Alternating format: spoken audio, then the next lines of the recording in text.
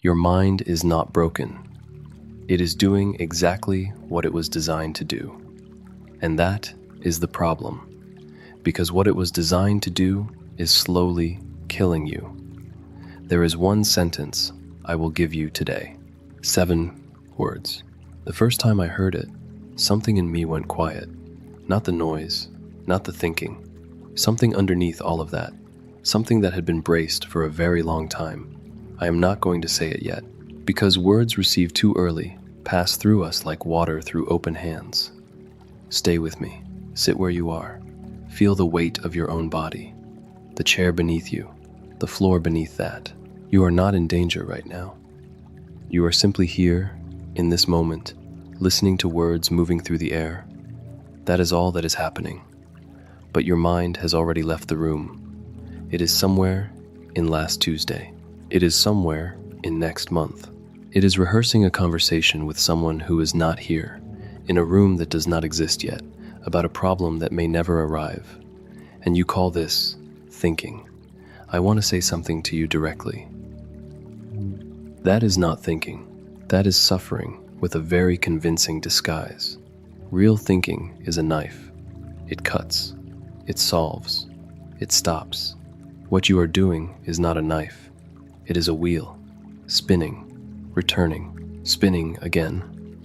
And it does not stop at midnight when your body is still and the house is dark and everything is quiet except the one voice inside that will not rest. I have sat in more silence than most people will ever know. And what I found there was not peace. Not at first. First, I found the same wheel you have. The same old fears dressed in new clothes. The same questions asking themselves over and over into the dark. Silence does not begin when the room goes quiet. It begins when you stop feeding what is loud. Hold a glass of water in front of you. Hold it there. For 30 seconds, it is nothing.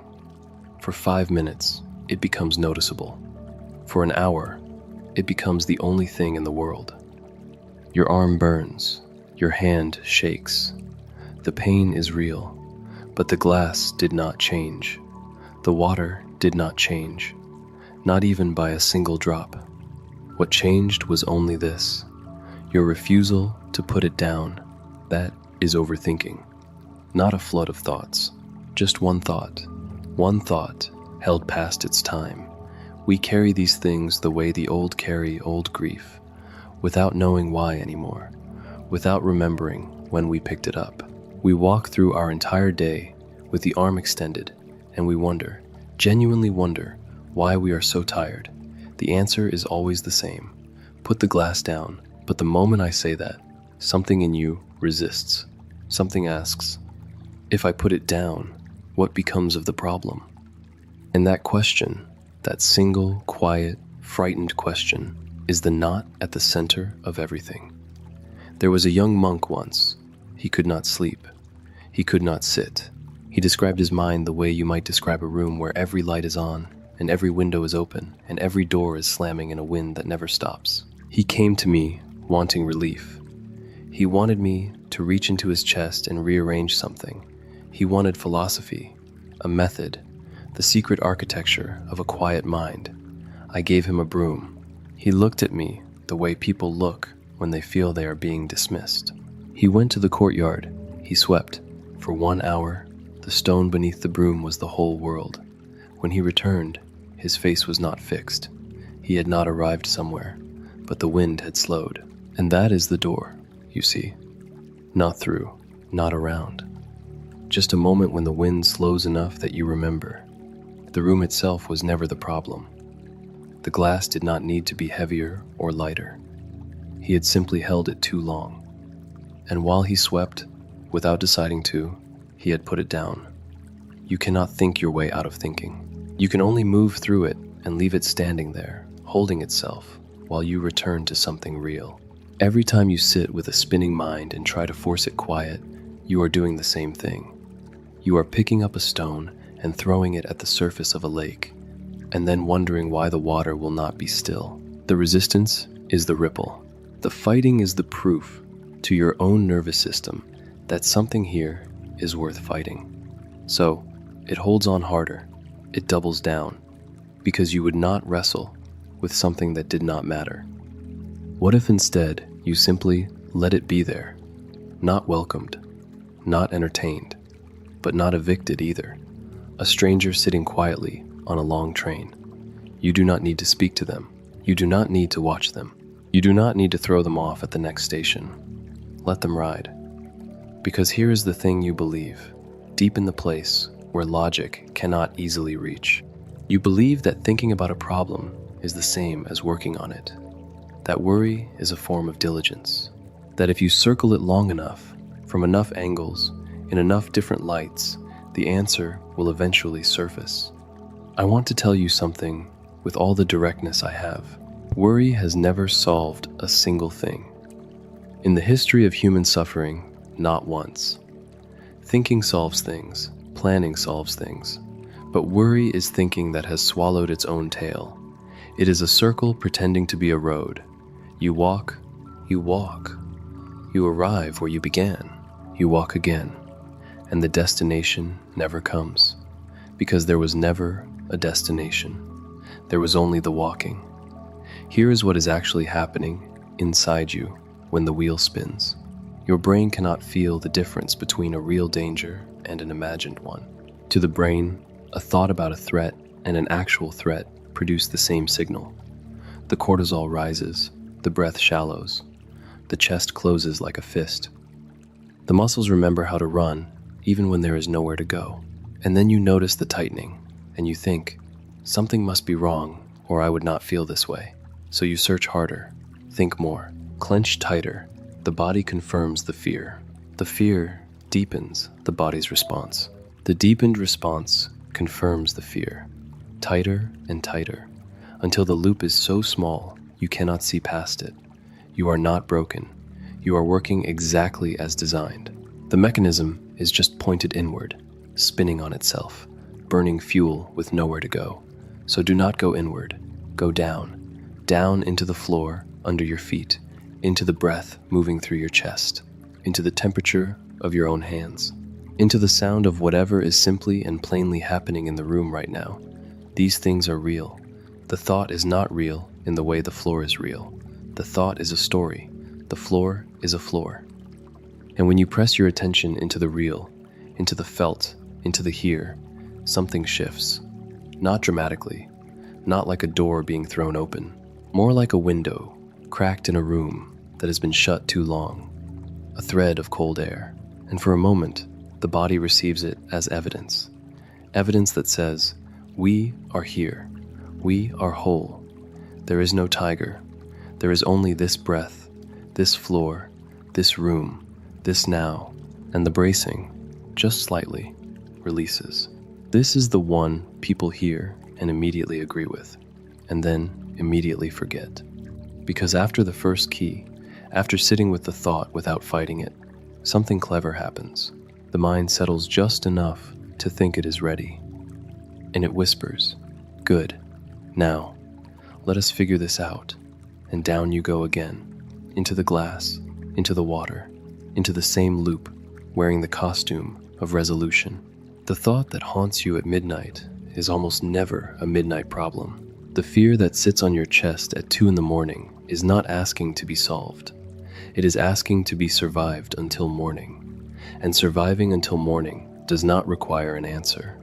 It requires a breath, and then another breath, and then the floor, and the dark, and the simple animal fact of still being here. So when the urge rises to solve, and it will rise, you do not crush it. You simply say, somewhere inside yourself, quiet as a door closing, not now. Not never, not I don't care, not I give up, just not now. Put the glass on the table. It will be there in the morning. And in the morning, you will be different. The light will be different. The same problem seen through a rested mind is sometimes not a problem at all. And sometimes it is. But you will face it then, as you are then, not now, in the dark, holding something too heavy with a hand that is already trembling. Some of your anxiety is not about the thing you think it is about. I want to say this plainly, without decoration. The worry about money is often about whether you are in control. The worry about what they think is often about whether you are enough. The thought that replays at 3 in the morning is often just one question, one very old question, wearing many different faces. Am I going to be all right? This question cannot be answered by thinking harder, not because it is unanswerable, but because thinking is the wrong instrument for it. You would not try to hear music with your eyes. You would not try to see color with your hands.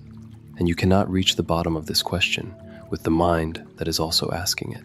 When I was a young monk, my teacher told me to sit with my fear, not to study it, not to trace its roots or map its edges, just to sit with it. The way you sit with a person who is not well, you bring no cure. You bring only your presence. You stay.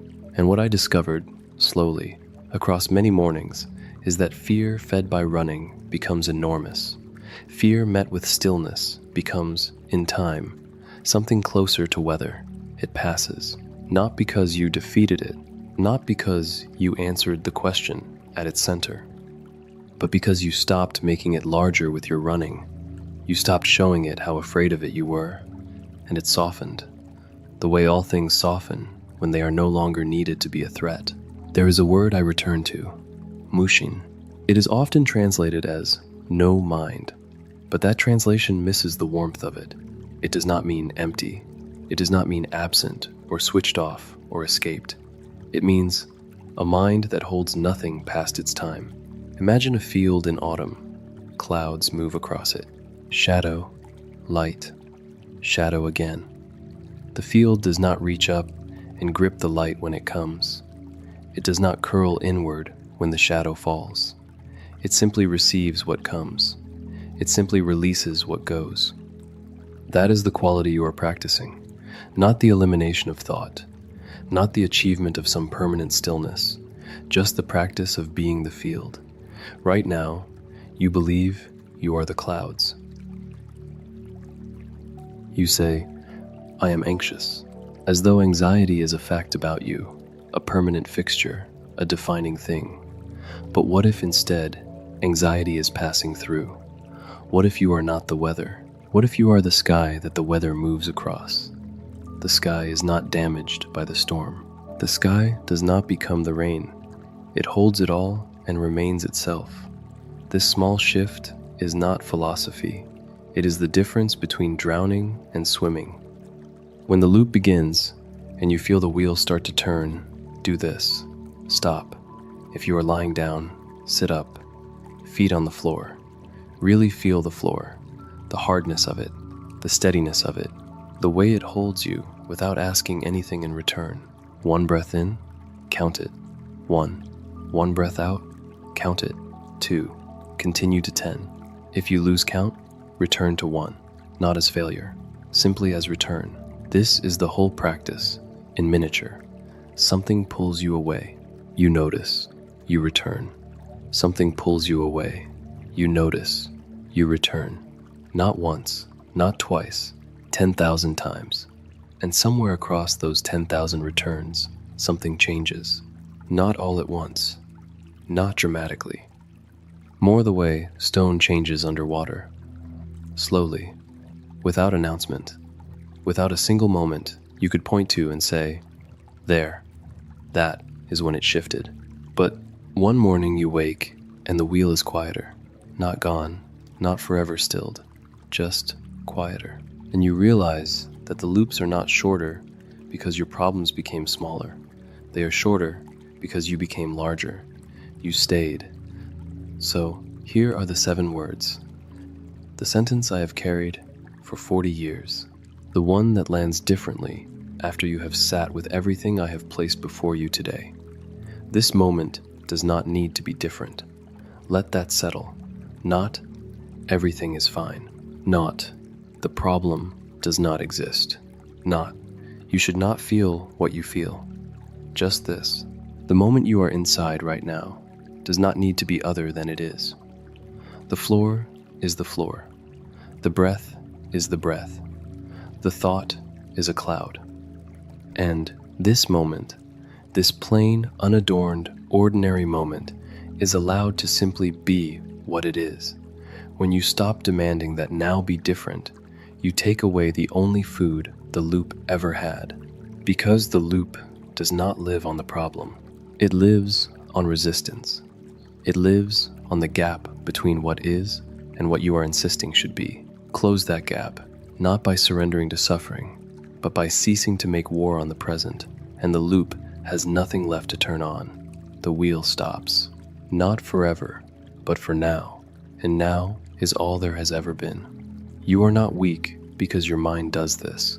You are not failing at being human. The mind that circles and spins and refuses to rest is a strong mind. A serious mind, a mind that cares about things.